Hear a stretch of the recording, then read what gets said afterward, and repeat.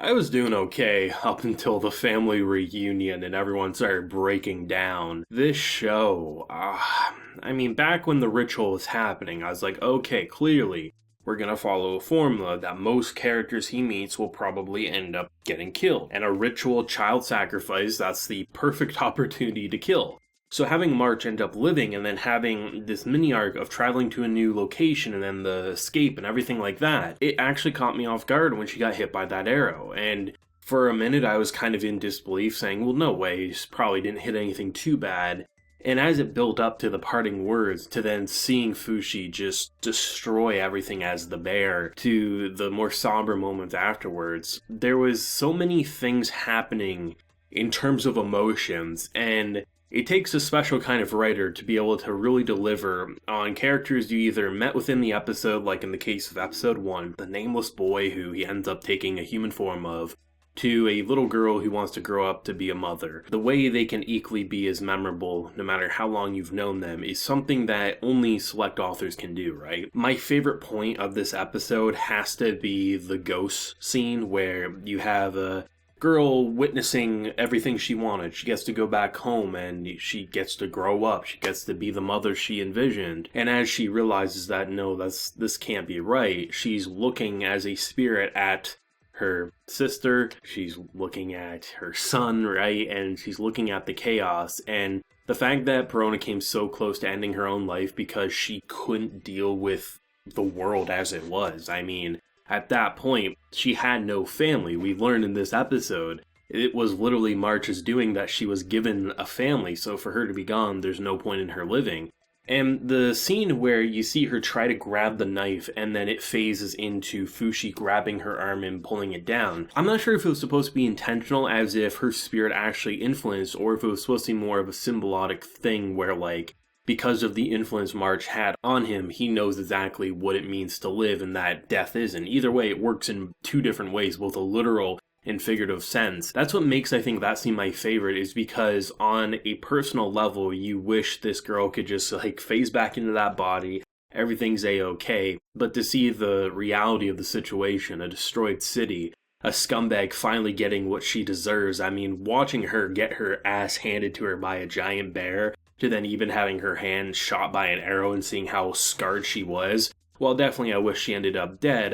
You gotta admit, it was a little satisfying seeing a character like this who was manipulating a situation for so long and, ripping a little girl away from her family for some barbaric reasons. It was satisfying, I have to admit. Sometimes violence isn't the answer, but sometimes violence is the answer, damn it. That bitch deserved what happened to her, especially considering that she's the reason a little girl ended up getting shot because she wanted to protect her big sis, right? There was so much happening in this episode.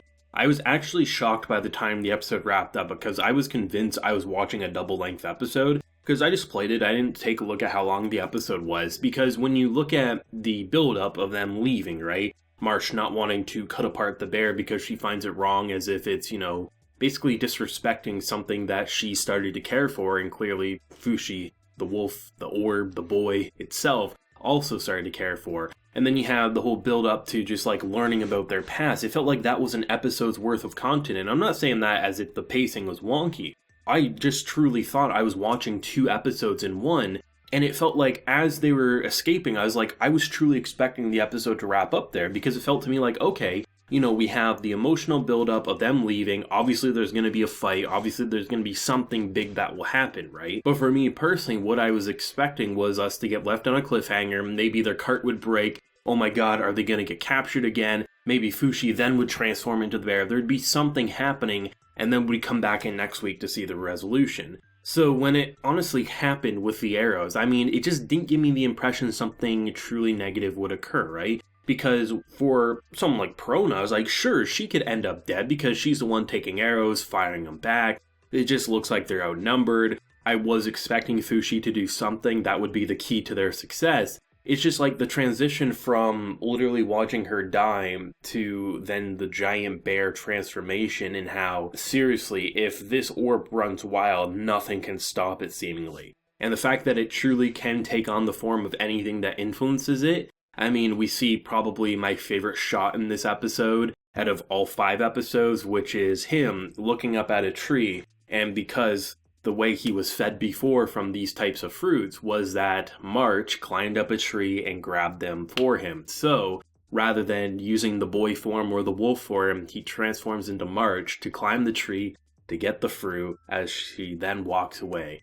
Everything that this orb is going to experience seemingly will become a form. And I think that's a really interesting way for an immortal being to continue to live, but to never lose what was close to it, right? Even though it's not the same, the idea and the presence, like, that's why a lot of people like photographs, right? Photographs and videos, so you can always have that there. But it's so much different to be able to literally become that person. In some ways, it's a little sick, because would you really want to, remind yourself that you are, this character's dead, this person's dead to you? But it's very, I think, sweet in its own way, especially considering that this is an orb learning what it is to live, and a mother that influences it so much, right? To just see the village and just the aftermath of that, after she almost kills herself, he takes her back.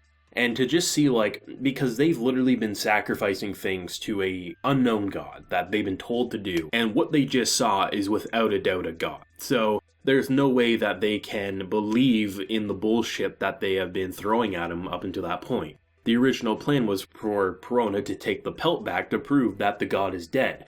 But by actually riding in on what is seen as a god, something that was a bear transformed to a boy, to then transform into a wolf, and seemingly Perona was on its good side. I mean, who the hell could come up to your doorstep and say, okay, yeah, we need a child for a sacrifice for the god? They would just shoot you in the face saying, what are you talking about? The god's on our side. The god came riding in. You guys are the devil, right? So they now have a reason to fight back, and rather than just simply killing off March for no reason, or they did so in an unpredictable way, I'd argue, granted, because I really thought the ritual was when it was going to happen, and I did let my guard down. I was like, sure, something bad could happen towards her, but, getting shot, sure, but dying, didn't think that would occur. So the fact that, her death not only served as an emotional closure, but also a way to progress and once again evolve our orb, Fushi, to then also just see that sometimes the end starts a new sort of beginning.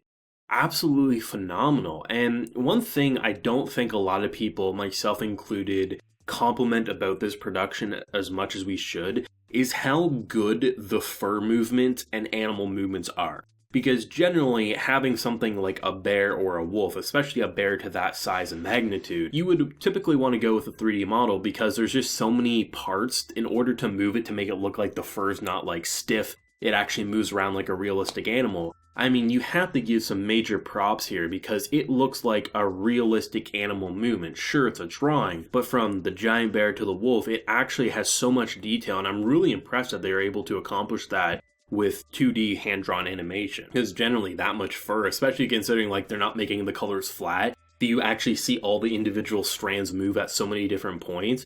Absolutely incredible in attention to detail, but I mean, this show, we're 1/4 of the way through at this point, and it feels like we're just getting started. And I'm liking that the preview teases that we're going to be heading back up with that spiritual woman there, that old lady who we saved, because she definitely wasn't a bad person in any way. She was basically a prisoner herself, so I'm interested to see what they'll do, given the fact that the preview indicates that, the idea of speaking and being more human will probably be the next objective, right? But incredible episode, emotional, powerful, and terrible day for Rain. That's all I can say. Fullmetal Alchemist said it best. Let me know your thoughts and feelings down below. Where do you think we'll go next week with the whole idea of trying to become more human? If you enjoyed the video, leave a like, share your support, and hit that subscribe button if you're happy and new around here. So until next time, everyone, please take care and have a good one.